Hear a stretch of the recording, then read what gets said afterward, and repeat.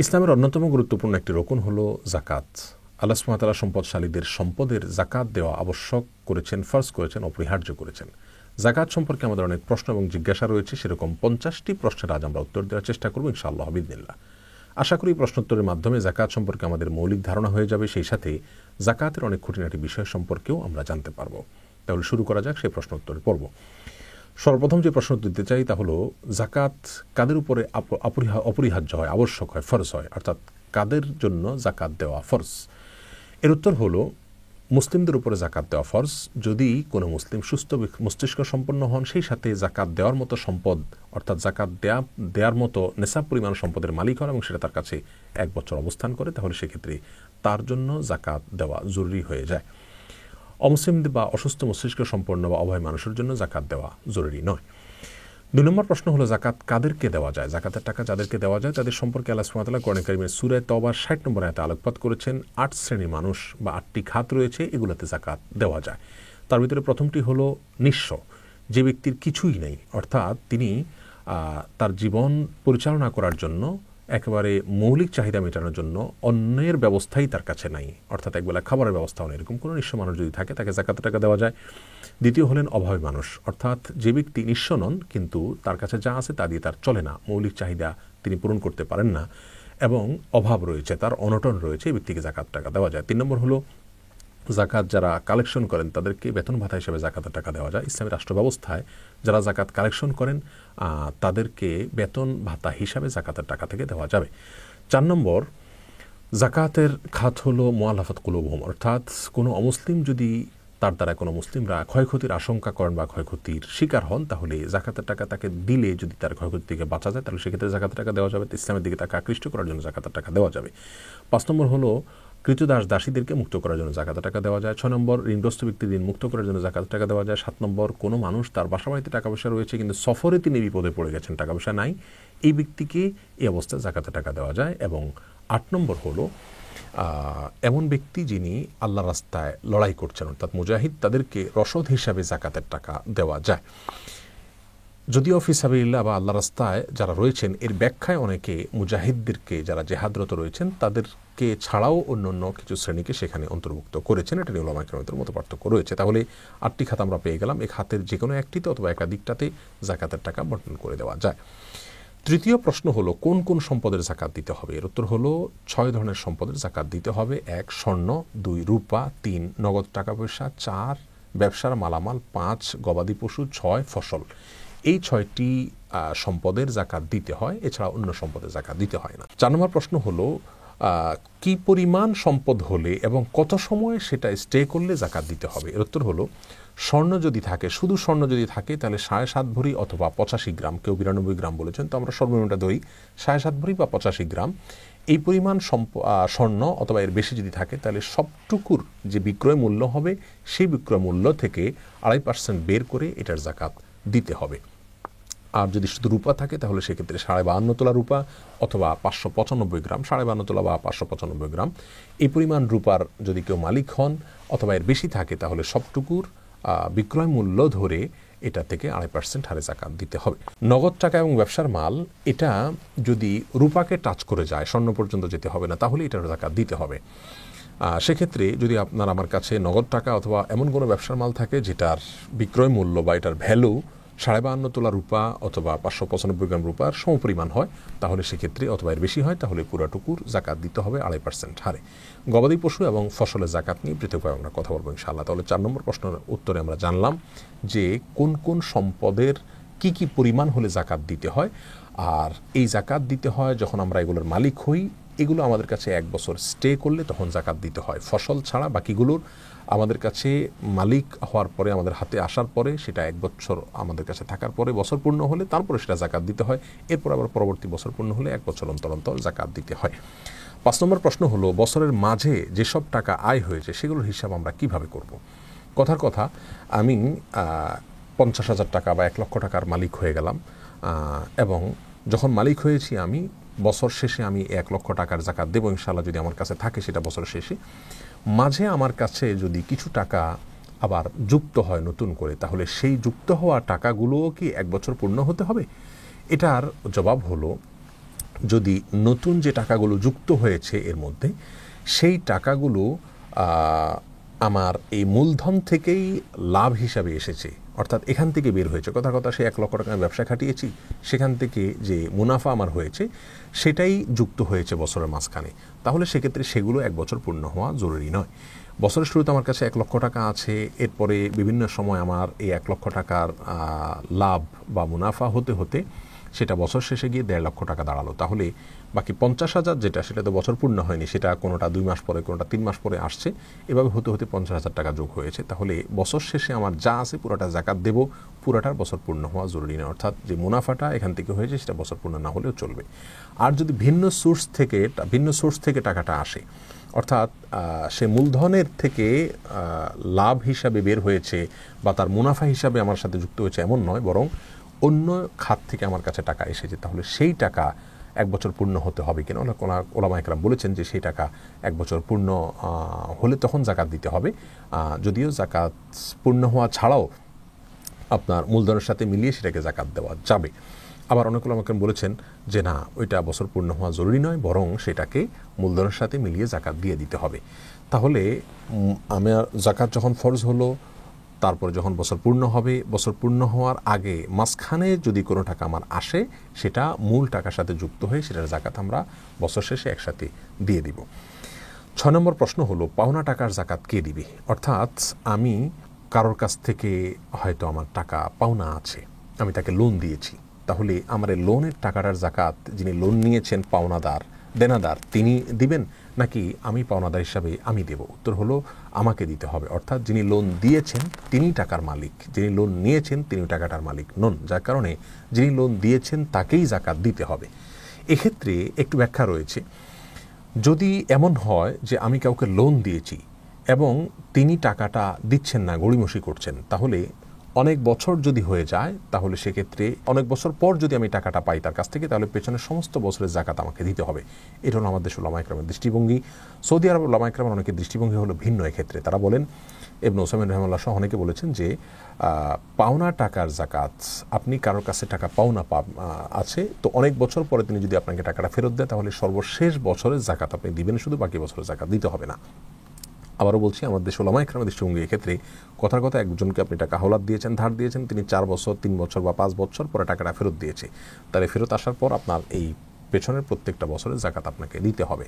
আর যদি তিনি টাকাটা দেবেন সে আশা আপনার রয়েছে, সেই হিসাবে আপনি আগে থেকে জাকাত দিয়ে যান বছরে বছরে, তার কাছে টাকাটা পাওনা রয়েছে, সেই পাওনা টাকাটা আপনার সম্পদের সাথে যুক্ত করে আপনি সেটা হিসাব কাউন্ট করে বছর বছর দিয়ে যান, তাহলে তো যখন আপনি টাকাটা পেয়ে গেলেন তখন আর বিগত বছরে জাকাত দেওয়ার প্রশ্ন আসে না। তাহলে পাওনা টাকার জাকাত যিনি টাকার মালিক, অর্থাৎ যিনি লোন দিয়েছেন তাকেই দিতে হবে।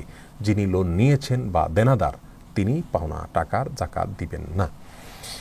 এরপরে 7 নম্বর প্রশ্ন হলো, পাওনা টাকা জাকাত হিসাবে কেটে দেওয়া যাবে কিনা? অনেক সময় আমরা কাউকে ধার দেওয়ার পরে লোকটা আর দিতে পারেন না বা দেন না, সেক্ষেত্রে আমরা এটাকে জাকাত হিসাবে কাউন্ট করতে পারবো কিনা? উত্তর হলো না, আমরা এটাকে জাকাত হিসাবে কাউন্ট করতে পারবো না, বরং দেওয়ার সময় যদি জাকাতের নিয়ত করে দেই তাহলে সেটাকে জাকাত হিসাবে কাউন্ট করা যাবে। আর যদি দেওয়ার সময় জাকাত হিসাবে কাউন্ট করা না হয়, পরবর্তীতে আমি মাঝখানে ফেসে গেছি, টাকাটা উসুল করতে পারছি না অথবা সে দিতে পারছে না, এই পরিস্থিতিতে এসে আমি তাকে জাকাতের থেকে কেটে দিলে সেটাতে আমার জাকাত আদায় হবে না, কারণ ইন্নামাল আমালু বিন্নিয়াত, আমি যখন টাকাটা দিয়েছি তখন কিন্তু জাকাতের নিয়তে দেইনি, এখন আদায় করতে পারছি না, ঠেকে গেছি, তাই আমি এখন জাকাতের নিয়ত করে ফেলছি, এভাবে জাকাত আদায় হবে না। যদি জাকাত আদায় করতে হয় তাহলে ওই ব্যক্তিকে আগে কিছু টাকা দিতে হবে, সেই যেহেতু ঋণগ্রস্ত ব্যক্তি হিসাবে তাকে জাকাত দেওয়া যাবে, সেই হিসাবে জাকাতের টাকা আপনি তাকে দিবেন, দিয়ে তার কাছ থেকে টাকাটা আবার লোন পরিশোধ হিসাবে নিয়ে নেবেন, এভাবে করলে জাকাতের টাকা আদায় হবে। 8 নম্বর প্রশ্ন হলো, ব্যবহৃত স্বর্ণের জাকাত দিতে হবে কিনা? এর উত্তর হলো, ব্যবহৃত স্বর্ণের জাকাত দিতে হবে, এটাই হলো বিশুদ্ধ মত। যদিও বিদ্বানদের মধ্যে মত পার্থক্য রয়েছে, কোনো বিদ্বান বলেছেন যে ব্যবহৃত স্বর্ণ অলংকার যেগুলো মহিলারা ব্যবহার করার জন্য রেখেছেন এগুলোর জাকাত দিতে হবে না, কিন্তু রাসূল করিম সাল্লাল্লাহু আলাইহি সাল্লামের কাছে একজন মহিলা আসছেন, তার হাতে চুড়ি ছিল, তিনি বলেছেন এগুলো জাকাত দাও কিনা, তখন তিনি বলেছেন না দেই না। তখন রাসূল করিম সাল্লাল্লাহু আলাইহি সাল্লাম বলেছেন, তুমি কি চাও আল্লাহ সুবহানাহু ওয়া তাআলা তোমাকে জাহান্নামে 2টা চুড়ি পরাকের কারণে? এই হাদিস থেকে বোঝা যায় যে অলংকারেরও জাকাত দিতে হয়। এছাড়া সাধারণভাবে কোরআনে কারিমে স্বর্ণ এবং রূপার ক্ষেত্রে আল্লাহ সুবহানাহু ওয়া তাআলা বলেছেন, আল্লাযীনা ইয়াকনুজুনা আয-যাহাবা ওয়াল ফিদ্দাতা ওয়া লা ইউনফিকুনহা ফি সাবিলিল্লাহ ইলা আখির আয়া। এই আয়াতে জাকাত এবং স্বর্ণ এবং রূপা এগুলো যদি কেউ সঞ্চয় করে এবং জাকাত না দেয় তার জন্য শাস্তির কথা বলা হয়েছে। এখানে সাধারণ স্বর্ণের কথা বলা হয়েছে, অলংকার, গায়ের অলংকার সব কিছুর জন্য। যার কারণে বিশুদ্ধ মত হলো ব্যবহৃত স্বর্ণেরও জাকাত দিতে হবে যদি সেটা নেশাব পরিমাণ হয় এবং বছর পূর্ণ হয়।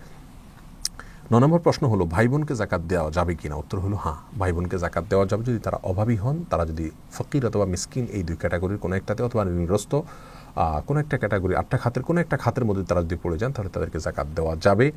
কারণ ভাই বোন বা রক্ত সম্পর্কীয় আত্মীয় তাদেরকে জাকাত দিলে বরং ডাবল সওয়াব হয়। আত্মীয়তার সম্পর্ক রক্ষা করা এবং অভাব মোচন এবং জাকাত আদায় করা, দুইটা সওয়াব আপনি পাবেন।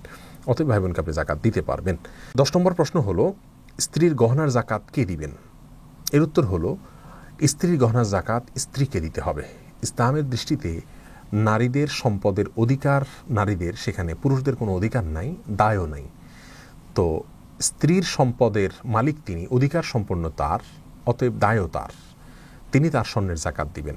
অনেক সময় আমাদের অনেক মা বোনরা প্রশ্ন করেন যে আমাদের তো অনেক স্বর্ণ আছে, নগদ টাকা নেই, জাকাত দেবো কীভাবে? তো স্বর্ণ বিক্রি করে দিবেন।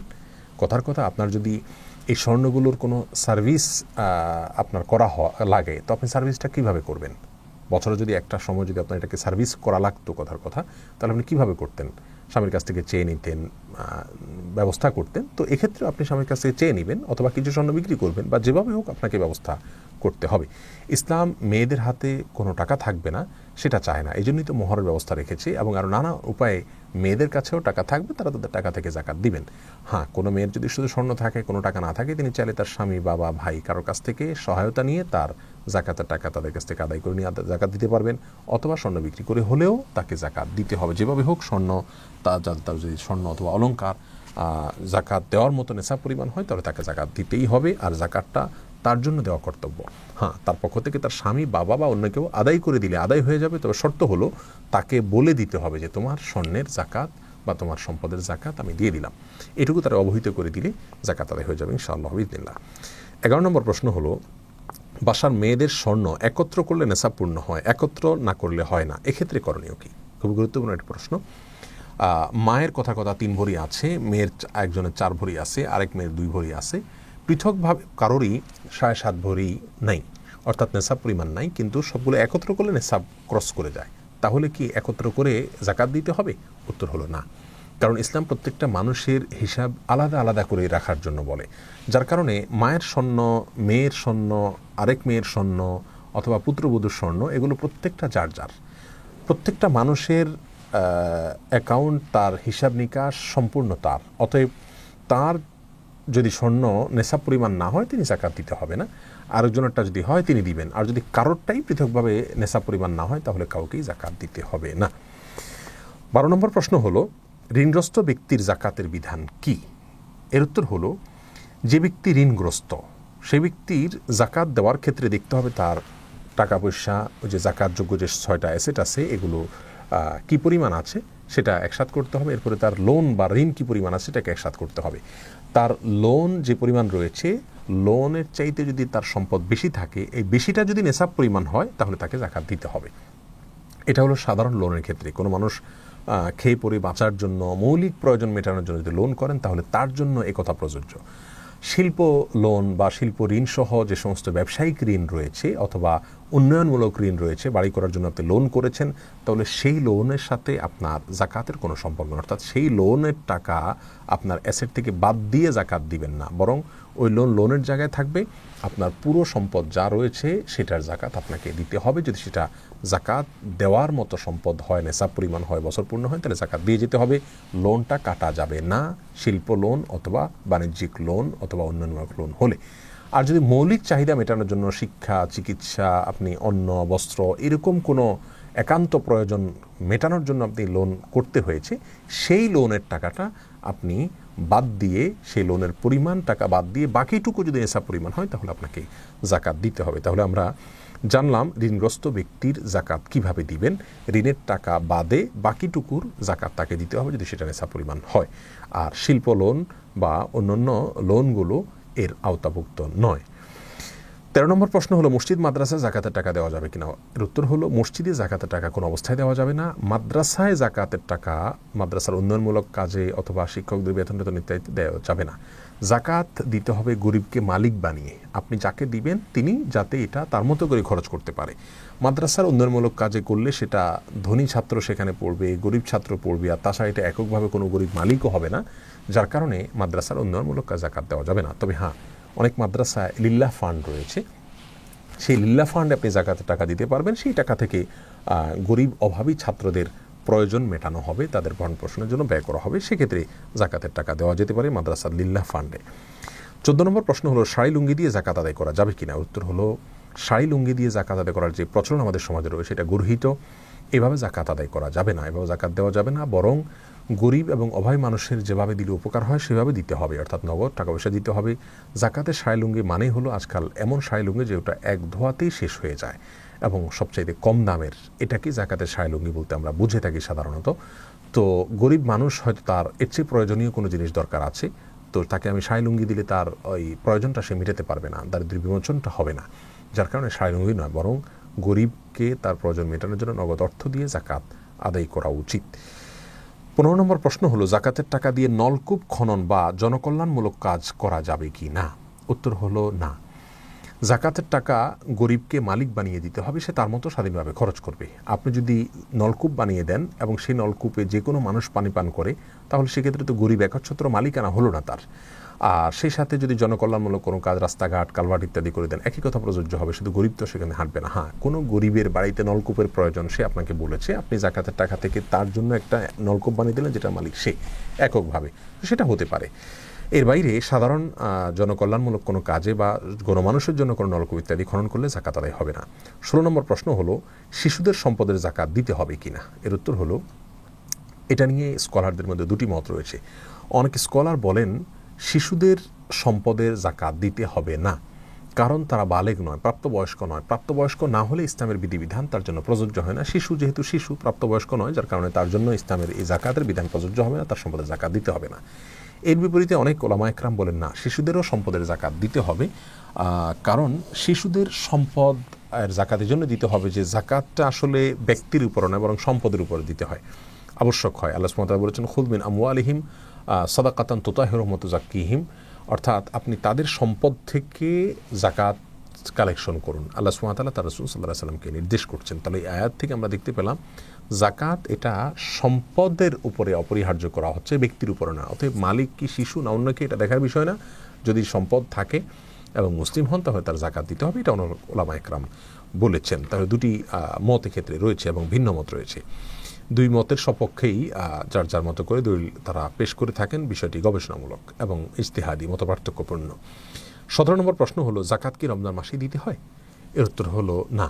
জাকাত দিতে হয় আপনি যখন সম্পদের মালিক হয়েছেন, বছর পূর্ণ হলে তখন আপনাকে জাকাত দিতে হবে। এই বছর পূর্ণ হওয়াটা প্রত্যেকটা মানুষের হিসেব সম্পূর্ণ আলাদা আলাদা। আমি হতে পারে মুহররম মাসে সম্পদের মালিক হয়েছি, আমি পরবর্তী মুহররমে জাকাত দিব, বা জিলহজের শেষে আমি জাকাত দিব।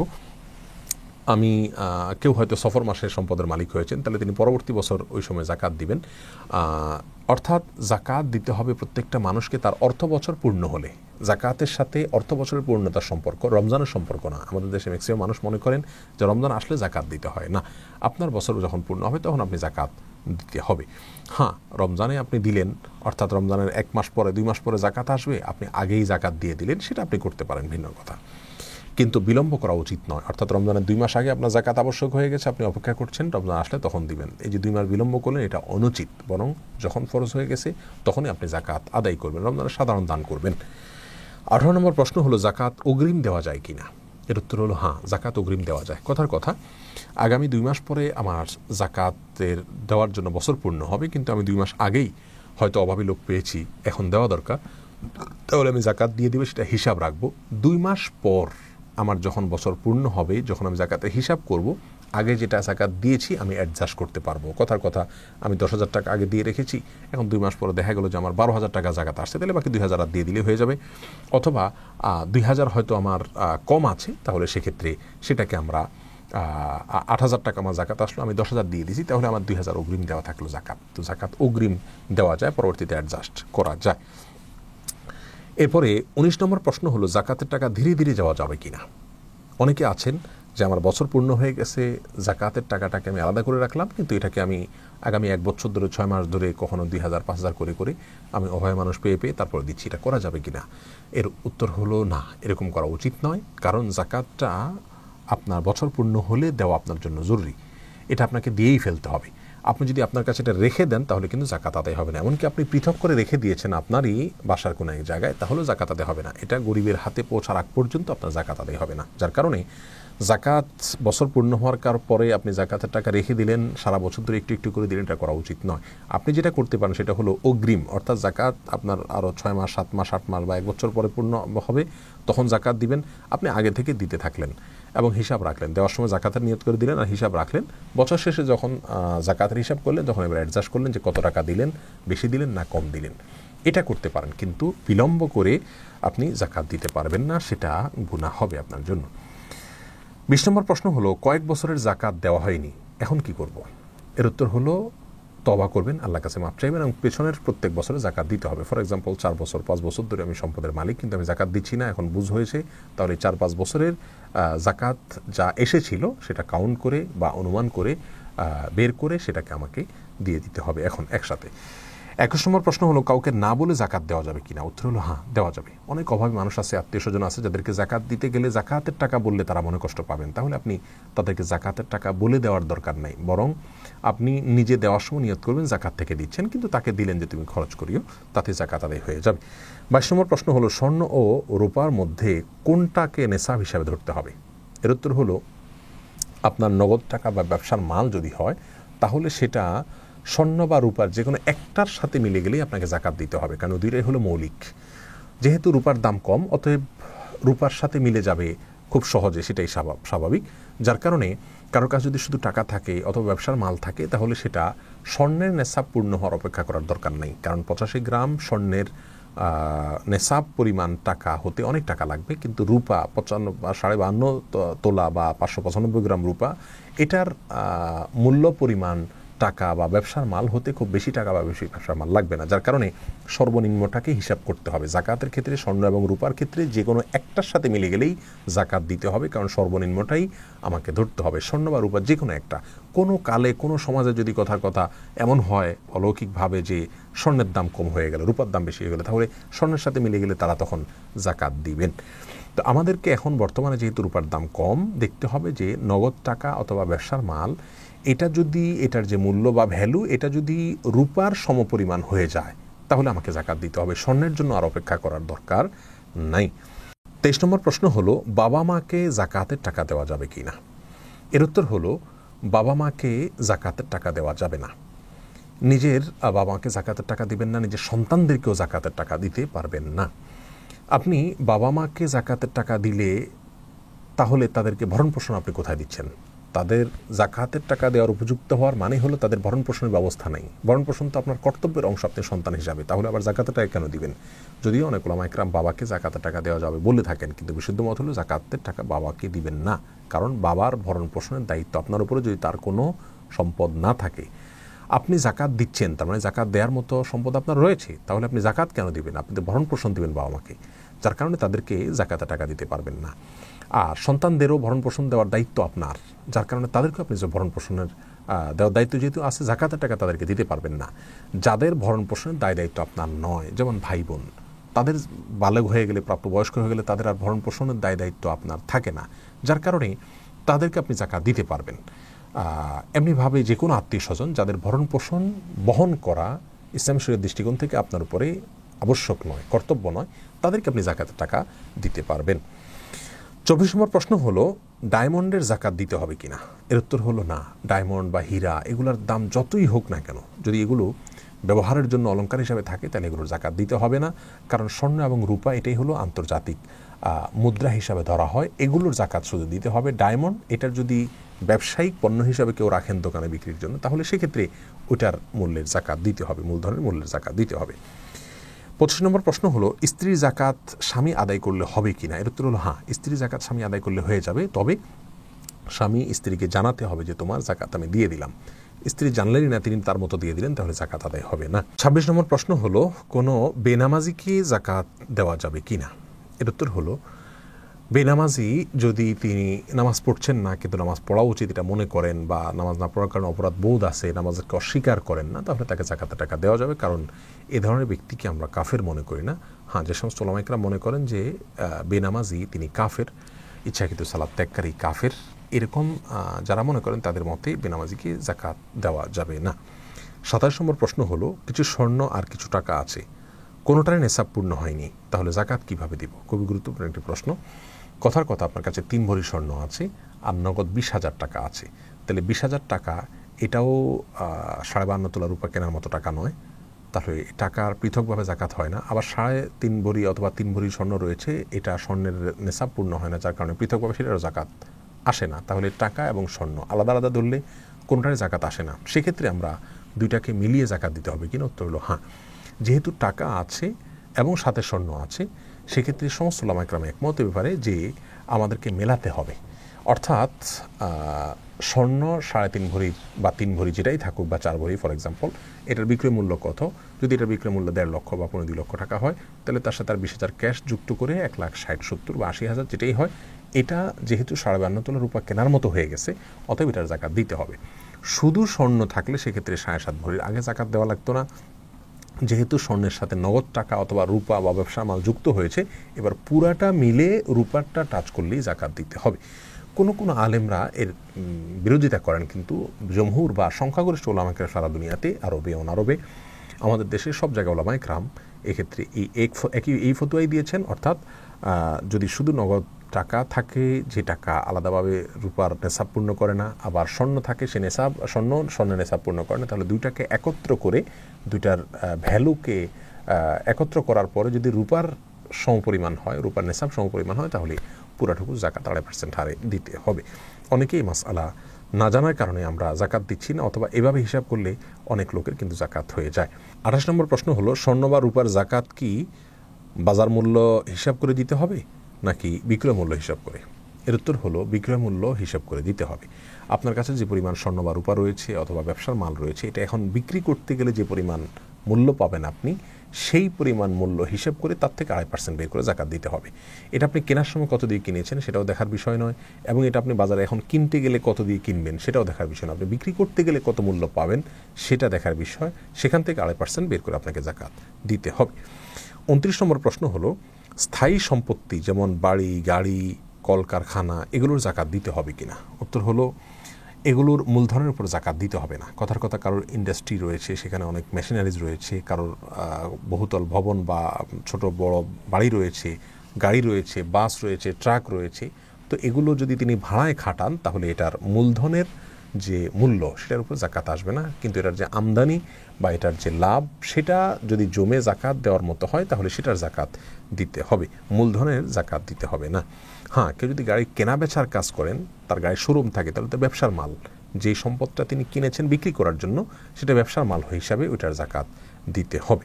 তেমনিভাবে কেউ হয়তো ল্যান্ডের ব্যবসা করেন, রিয়েল এস্টেটের ব্যবসা করেন, জমি কেনা বেচা করেন, তাহলে সেক্ষেত্রে কিন্তু ওই জমির যে মূল্য, সেটার জাকাত তাকে দিতে হবে। কথার কথা, তার কাছে 5টা জমি আছে, এগুলো তিনি বিক্রি করবেন, কিনেছেন বিক্রি করার জন্য, তার ওটা ব্যবসার মাল হয়ে গেল। যেটা কেনা হয়েছে বেচার জন্য, এটাই ব্যবসার মাল। তো যার কারণে ওইটার যে মূল্য আছে, সে মূল্যের জাকাত প্রতি বছরে তাকে দিয়ে যেতে হবে। আর যদি তিনি বাড়ি করার জন্য অথবা কোনো বিল্ডিং বানানোর জন্য অথবা ফসলের জন্য কোনো জমি রেখে থাকেন, তাহলে সেক্ষেত্রে সেটার মূলধনের উপরে জাকাত দিতে হবে না, তার উৎপাদনটা এটার উপর জাকাত দিতে হবে, যদি সেটা জাকাতের শর্ত পূরণ করে। 30 নম্বর প্রশ্ন হলো, জিপিএফ ফান্ডের জাকাত দিতে হবে কিনা? এর উত্তর হলো, প্রভিডেন্ট ফান্ড দুইভাবে হয়ে থাকে। প্রথমত, একজন চাকরিজীবীর মাসিক বেতন থেকে নির্দিষ্ট একটা পরিমাণে টাকা কেটে রাখা হয় বাধ্যতামূলকভাবে, এভাবে প্রভিডেন্ট ফান্ড গঠিত হয়। যদি বাধ্যতামূলকভাবে তার বেতন থেকে কিছু টাকা কেটে রাখা হয় এবং সে টাকাটা তার হাতে আসার আগে থেকেই কেটে রাখা হলো, চাকরি শেষ হওয়া ছাড়া তাকে টাকা দেওয়া হবে না, তাহলে এই প্রভিডেন্ট ফান্ডের জাকাত একজন চাকরিজীবীকে দিতে হবে না। আর যেই টাকাটা চাকরিজীবী তার প্রভিডেন্ট ফান্ডে তিনি নিজে স্বেচ্ছায় কর্তন করিয়ে প্রতি মাসে সেখানে যুক্ত করে থাকেন, এরকম সুযোগও আছে, এইভাবেও প্রভিডেন্ট ফান্ড হয় আমরা জানি, তাহলে এই টাকাটা তিনি নিজে স্বেচ্ছায় সঞ্চয় করেছেন, এটার জাকাত তাকে দিয়ে যেতে হবে। ঠিক একই নিয়ম সরকারি চাকরির ক্ষেত্রে যেমন রয়েছে, অনেক বেসরকারি প্রতিষ্ঠানেও রয়েছে। তাদের জন্য একই কথা এবং একই মাসআলা প্রযোজ্য হবে যদি একই পদ্ধতি সেখানে অবলম্বন করা হয়। 31 নম্বর প্রশ্ন হলো, সরকারকে ট্যাক্স দিলে কি জাকাত দিতে হবে? এর উত্তর হলো অবশ্যই দিতে হবে। ট্যাক্সের সাথে আসলে জাকাতের কোনো সম্পর্ক নেই। ট্যাক্স আপনি সরকারকে দিচ্ছেন, সরকার কেন ট্যাক্স নিচ্ছে, ইসলামের দৃষ্টিকোণ থেকে ট্যাক্স নেওয়া উচিত না জাকাত নেওয়া উচিত সেটা আরেক আলোচনার বিষয়। কিন্তু সরকারকে ট্যাক্স দিলে সেই ট্যাক্স সরকার তার মতো করে খরচ করে, তাদের মতো করে খরচ করে, কিন্তু জাকাত খরচের জন্য ইসলামের কিছু নীতিমালা রয়েছে। অতএব আপনার ট্যাক্স দিলেও আপনাকে জাকাত দিতে হবে, এটাকে কোনোভাবে কাটাকাটি করা যাবে না। 32 নম্বর প্রশ্ন হলো, গবাদি পশু এবং ফসলের জাকাতের বিবরণ কি? এর উত্তর হলো, গবাদি পশুর ক্ষেত্রে জাকাতের বিবরণ হলো যে পশু আপনার খামারের ভেতরে থাকে সেটার জাকাত দিতে হবে না। সেটা যদি কেনা বেচার জন্য আপনি ব্যবসার মাল হিসাবে রাখেন, যেমন মুরগি, ফার্মের মুরগি অথবা ফার্মের গরু, আপনি সেটাকে মোটা তাজা করেন, বিক্রি করেন, আবার আনেন, আবার বিক্রি করেন, তাহলে ব্যবসার পণ্য এটা, সেই হিসাবে এটা জাকাত আপনি দিবেন, ব্যবসা মাল হিসাবে জাকাত দিবেন। গবাদি পশু হিসাবে জাকাত দিতে হলে, জাকাত আবশ্যক হতে হলে সেক্ষেত্রে এমন গবাদি পশু হইতে হবে যে গবাদি পশু বাহিরে ঘাস ইত্যাদি নিজে নিজে চড়ে পুড়ে খায়, আপনি তাকে খাবার দিয়ে পালতে হয় এরকম নয়, বরং বাহিরে ছেড়ে দেন, সে খেয়ে নেয় নিজের মতো করে, রাখালের মাধ্যমে পেলে থাকেন, এরকম যদি হয় তাহলে সেক্ষেত্রে সেই গবাদি পশু জাকাত দিতে হবে। গবাদি পশুর নেশাব কি? এটাও 1 বছরে একবার দিতে হয়। গরু হলে সেক্ষেত্রে 30টির নিচে হলে এটা জাকাত দিতে হয় না, 30 বা তার বেশি হলে, 30 হলে তখন 1 বছরের একটা বাচ্চা গরু জাকাত হিসাবে দিতে হয় একটা নির্দিষ্ট পরিমাণে, তারপরে সেটা আস্তে আস্তে বাড়ে। ছাগল হলে সেক্ষেত্রে 40টার নিচে থাকলে জাকাত দিতে হয় না, 40টা হলে একটা ছাগলের জন্য একটা ছাগল, বা ভেড়া হলে ভেড়ার জন্য একটা ভেড়া দিতে হয়, এটা নির্দিষ্ট পরিমাণে, তারপরে আবার সামনে আস্তে আস্তে বাড়তে থাকে। এটা হলো পশুর জাকাতের ক্ষেত্রে বিধিবিধান, এবং পশু জাকাত সম্পর্কে সহিহ মুসলিম বিস্তারিত রয়েছে। আর ফসলের জাকাতের বিষয়ে কোরআনে কারীম আল্লাহ সুবহানাহু ওয়া তাআলা সূরা বাকারা 267 নম্বর আয়াত এবং আরও বিভিন্ন আয়াতে আলোকপাত করেছেন, যার কারণে উম্মার ইজমা রয়েছে যে ফসলের জাকাত দিতে হয়, যেটাকে আমরা ওসুর বলি। আমাদের সমাজ থেকে এই ফরজ বিধানটি বিলুপ্তির পথে, ধারণাও আমাদের সমাজ থেকে চলে গেছে, অর্থাৎ আমরা জানি না যে ফসলেরও জাকাত দিতে হয়। ফসলের জাকাত দেওয়ার ক্ষেত্রে নেসাব পূর্ণ হতে হয়, আর সেই নেসাবটা কতটুকু এটা নিয়ে দুটি মত পাওয়া যায়। আমাদের উলামা ইকরাম 25 মন বলেন, এরাবিন স্কলারদের অনেকে 16 মন বলেন। তো এই নেসাব পূর্ণ হলে তখন আপনাকে জাকাত দিতে হবে, আর নিচে থাকলে জাকাত দিতে হবে না। ফসলের জাকাতের পরিমাণ কি হবে, অর্থাৎ উৎপাদিত ফসল থেকে কি পরিমাণ জাকাত দিতে হবে? এর উত্তর হলো, যদি ফসল বৃষ্টির পানিতে হয়ে যায়, সেখানে কোনো সেচ করে ফসল উৎপাদন করতে না হয়, তাহলে সেক্ষেত্রে 10 ভাগের 1 ভাগ জাকাত দিতে হবে, অর্থাৎ প্রতি 100 কেজিতে 10 কেজি করে ওসর দিতে হবে। আর যদি সেটা সেচের পানি দিয়ে উৎপাদন করতে হয়, বৃষ্টির পানিতে না হয়, বরং কৃষককে, চাষিকে নিজে পানির ব্যবস্থা করে তারপর সেটাকে উৎপাদন করতে হয়, তাহলে সেক্ষেত্রে 20 ভাগের 1 ভাগ জাকাত দিতে হবে। তার মানে প্রতি 100 কেজিতে 5 কেজি করে ফসলের জাকাত দিতে হবে। এক্ষেত্রে অন্যান্য জাকাতের যে সম্পদ রয়েছে সেগুলোর সাথে ফসলের জাকাতের একটা ভিন্নতা এবং ব্যতিক্রম রয়েছে, আর সেটা হলো ফসলের জাকাত 1 বছর পূর্ণ হওয়া জরুরি নয়, বরং এটা যতবার ফসল উঠবে ততবার যদি নেশাব পরিমাণ হয় তাহলে আপনাকে সেখান থেকে যেতে হবে। এটা যতবার ফসল উঠবে, বছরে 3টা ফসল উঠবে 3 বার দিতে হবে, 2টা ফসল উঠলে 2 বার উঠবে দিবেন, আর যদি একবার না উঠে তাহলে তো দেওয়ার প্রশ্নই নেই। এরপরে 33 নম্বর প্রশ্ন হলো, জাকাতের টাকা দিয়ে ত্রাণ দেওয়া যাবে কিনা? উত্তর হলো না, জাকাতের টাকা দিয়ে আপনি সাধারণ ত্রাণ দিতে পারবেন না, কারণ ত্রাণ দিলে সেটা ধনী গরিব যে কোনো মানুষের কাছে যেতে পারে। সব অভাবীরাই কিন্তু জাকাতের মুস্তাহিক নন। অনেক লোকের অভাব আছে, কিন্তু সে অভাবটা জাকাত পাওয়ার মতো অভাব নয়। কারোর শিক্ষার খরচ মেটাতে পারছেন না, কিন্তু উচ্চশিক্ষা নিতে পারছেন না, কিন্তু আর অন্যান্য আলহামদুলিল্লাহ মৌলিক যে প্রয়োজনগুলো সেগুলো তিনি মেটাতে পারছেন, তাহলে সেক্ষেত্রে কিন্তু তিনি জাকাতের হকদার নন। তো ত্রাণ কিন্তু অনেককে দেওয়া যায়, কিন্তু জাকাত সবাইকে দেওয়া যায় না, যার কারণে ত্রাণের মধ্যে জাকাতের টাকা দিলে যাদেরকে দিচ্ছেন তারা জাকাতের হকদার, এটা নিশ্চিত করে তারপরে আপনি দিতে পারবেন। 34 নম্বর প্রশ্ন হলো, অভাবী লোককে টাকা না দিয়ে কোনো কিছু কিনে দেওয়া যাবে কিনা? উত্তর হলো, তার জন্য উপকারী যেটা হয় সেটা দিতে হবে, কারণ হাদিসে দানের ক্ষেত্রে, সাদাকার ক্ষেত্রে গরিবের জন্য যেটা কল্যাণকর সেটাই দেওয়ার জন্য আমাদেরকে নির্দেশ দেওয়া হয়েছে, যার কারণে আজকাল ক্যাশ টাকা দিলে তার সবচেয়ে বেশি উপকার হয়, তখন ক্যাশ টাকা দিতে হবে। কিন্তু কোনো অভাবী লোক যদি ক্যাশ টাকা দিলে সে এটাকে নষ্ট করে ফেলবে, এটার সঠিক ব্যবহার করবে না, এরকম আশঙ্কা থাকে, তাহলে সেক্ষেত্রে তার জন্য কল্যাণকর কোনো কিছু করে দিলেন, সেটা আপনার জন্য জায়েজ হবে। আল্লাহ তাআলা বলছেন ওয়ালা তুতুসফা মুআলাকুম, তোমাদের সম্পদ নির্বোধদেরকে দিও না, তারা এগুলো নষ্ট করে ফেলবে। 35 নম্বর প্রশ্ন হলো ডিপিএসের জাকাত দিতে হবে কিনা। উত্তর হ্যাঁ, ডিপিএসের জাকাত আপনাকে দিতে হবে, যেহেতু এটা আপনার সম্পদ এবং আপনি এই সম্পদের যে কোনো সময় এটাকে আপনি উঠাতে পারবেন, নির্দিষ্ট সময় শেষেই আপনি এটাকে উত্তোলন করতে পারবেন এবং ভাঙতে পারবেন, সেই হিসাবে ডিপিএসের টাকা জাকাত দিতে হবে। 36 নম্বর প্রশ্ন হলো ব্যবসার জাকাত কিভাবে হিসাব করব। এর উত্তর হলো আপনি ব্যবসার মালকে বছর যখন পূর্ণ হয়ে যাবে, বছর পূর্ণ হওয়ার পর আপনি কী পরিমাণ মাল আছে সেটাকে হিসাব করে বের করবেন, এরপরে এটার বিক্রয় মূল্য যেটা সেটা বের করে সেখান থেকে 2.5% আপনাকে জাকাত দিতে হবে। 37 নম্বর প্রশ্ন হলো চাষের মাছের জাকাত কিভাবে দিতে হবে।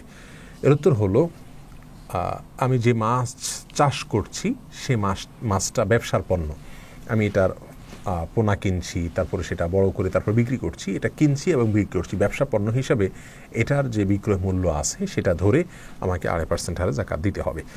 38 নম্বর প্রশ্ন হলো শ্যালক যদি গরিব হয় দুলাভাইয়ের কাছে জাকাতের টাকা নিতে পারবে কিনা। উত্তর হলো হ্যাঁ পারবে, কারণ শ্যালকের ব্যয়ভার বহন করা দুলাভাইয়ের জন্য আবশ্যক নয়, যার কারণে তিনি জাকাত থেকে তাকে টাকা দিতেই পারেন। 39 নম্বর প্রশ্ন হলো অমুসলিমকে জাকাতে টাকা দেওয়া যাবে কিনা। উত্তর হলো সাধারণ অবস্থায় দেওয়া যাবে না, কারণ জাকাত এটা মুসলিমরা দিবে, মুসলিমদেরকে দিতে হবে, অর্থাৎ মুসলিমদের টাকা মুসলিমদেরকে দিবে, যেহেতু অমুসলিমরা এখানে দিচ্ছে না, অতএব অমুসলিমদেরকে জাকাত দেওয়ার প্রশ্ন আসে না। হ্যাঁ, সাধারণ দানের টাকা মুসলিম অমুসলিম সবাইকে দেওয়া যাবে। এরপর 40 নম্বর প্রশ্ন হলো জাকাতের টাকা কি বিভিন্ন সেবামূলক সংগঠনকে দান করা যাবে। যদি কোনো সেবামূলক সংগঠন আপনার ইসলামী সংগঠন হয়, ওলামায়ে কেরামের প্রত্যক্ষ তত্ত্বাবধান থাকে, তারা জাকাতের টাকাকে উপযুক্ত হকদারের কাছে পৌঁছাবেন বলে নিশ্চয়তা থাকে, তাহলে সেক্ষেত্রে তাদের কাছে জাকাতের টাকা দেওয়া যেতে পারে, সেক্ষেত্রে হিসেব করে দায়িত্বের সাথে দিতে হবে।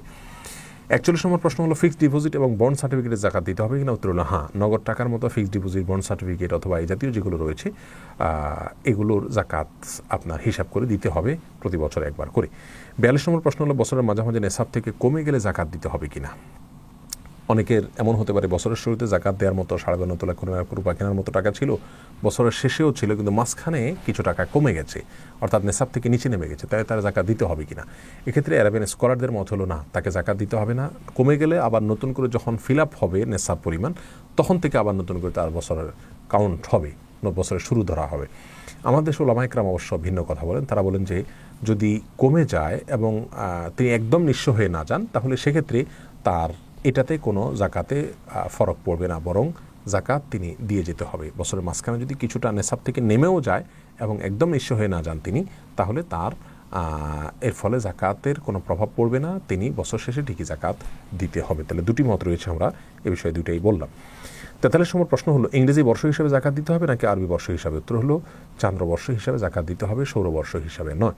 আমরা যদি কেউ চান্দ্রবর্ষে হিসাব করাটা কঠিন হয়, তাহলে সৌরবর্ষ হিসাব করে আমরা সৌরবর্ষের সাথে চান্দ্রবর্ষের যে কয়েকটা দিনের ডিফারেন্স বা পার্থক্য রয়েছে সেই 10-15 দিন আগে আমরা জাকাত দিয়ে দিলে জাকাত আদায় হয়ে যাবে সৌরবর্ষ হিসাব করলেও। 44 নম্বর হলো ব্যবহারের গাড়ি বা মূল্যবান আসবাবপত্রের জাকাত দিতে হবে কি না।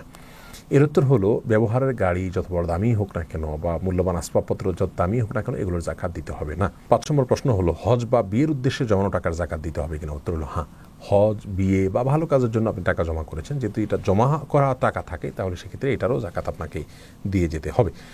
46 নম্বর প্রশ্ন হলো জাকাত হিসেবের সময় মোহরের টাকা বাদ দেওয়া যাবে কি না।